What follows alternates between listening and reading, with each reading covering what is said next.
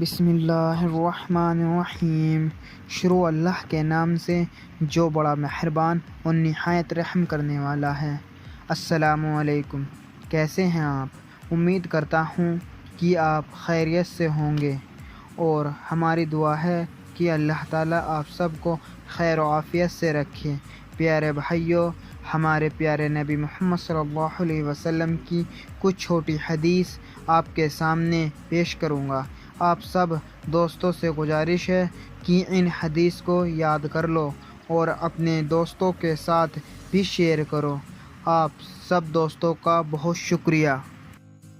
حضرت ابو ذر رضی اللہ عنہ فرماتے ہیں کہ رسول اللہ صلی اللہ علیہ وسلم نے مجھے فرمایا، قبروں کی زیارت کے لیے جایا کرو، کیونکہ اس سے آخرت کی یاد تازہ ہوتی ہے، اور مردوں کو غسل دیا کرو، کیونکہ مرے ہوئے جسم کو نہلانا اور اس کی صاف ستھرا کرنا بہت زبردست نصیحت ہے۔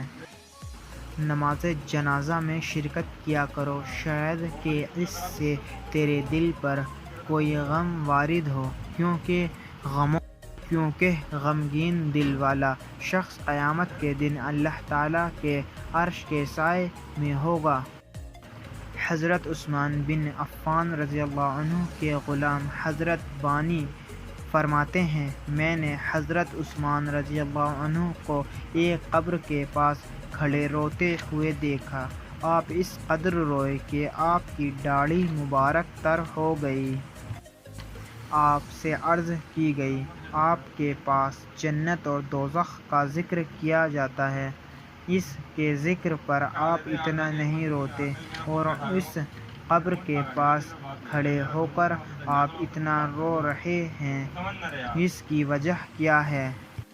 آپ نے فرمایا، میں نے رسول اللہ صلی اللہ علیہ وسلم کو یہ فرماتے ہوئے سنا کہ قبر آخرت کی منزل میں سے پہلی منزل ہے، اگر اس سے نجات مل گئی تو اس کے بعد والی ساری منزلیں اس سے آسان ہیں، اور اگر اس سے ہی بچت نہ ہوئی تو اس کے بعد والی تو اس سے بھی زیادہ سخت ہیں۔ اور رسول اللہ صلی اللہ علیہ وسلم نے یہ بھی فرمایا ہے کہ میں نے قبر سے زیادہ ہیبت ناک منظر کوئی نہیں۔ حضرت حبیب بن مسلمہ رضی اللہ عنہ فرماتے ہیں کہ ایک دیہاتی کو غیر ارادی طور پر رسول اللہ صلی اللہ علیہ وسلم سے خراش آ گئی۔ حضرت جبریل امین علیہ السلام تشریف لے آئے اور عرض کی، اے محمد، اللہ تعالیٰ نے آپ کو جبار اور متکبر بنا کر نہیں بھیجا ہے۔ نبی کریم صلی اللہ علیہ وسلم نے اس دیہاتی کو بلایا اور فرمایا، تم مجھ سے قصاص لے لو۔ دیہاتی نے کہا، یا رسول اللہ صلی اللہ علیہ وسلم، میرے ماں باپ آپ پر قربان ہو جائیں، میں نے آپ کو معاف کیا، اور میں یہ کام کبھی بھی نہیں کر سکتا، اگرچہ آپ مجھے کتنا بھی اصرار کریں۔ نبی کریم صلی اللہ علیہ وسلم نے اس کے لیے جبریل کی دعا فرمائی۔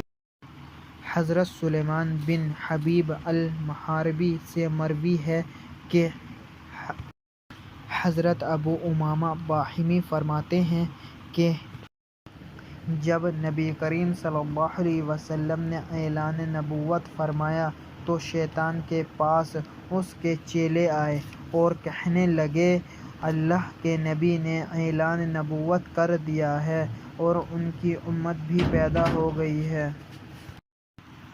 شیطان نے کہا، کیا وہ لوگ دنیا سے محبت کرتے ہیں؟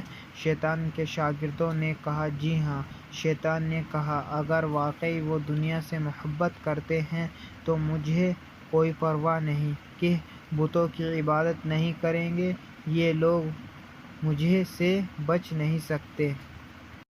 میں ان پر 3 چیزوں کے ساتھ صبح اور شام کروں گا، یہ ناحق مال لیں گے اور اس کو ناحق راہ میں خرچ کریں گے، اور اس کو حق کے راستے سے روک کر رکھیں گے۔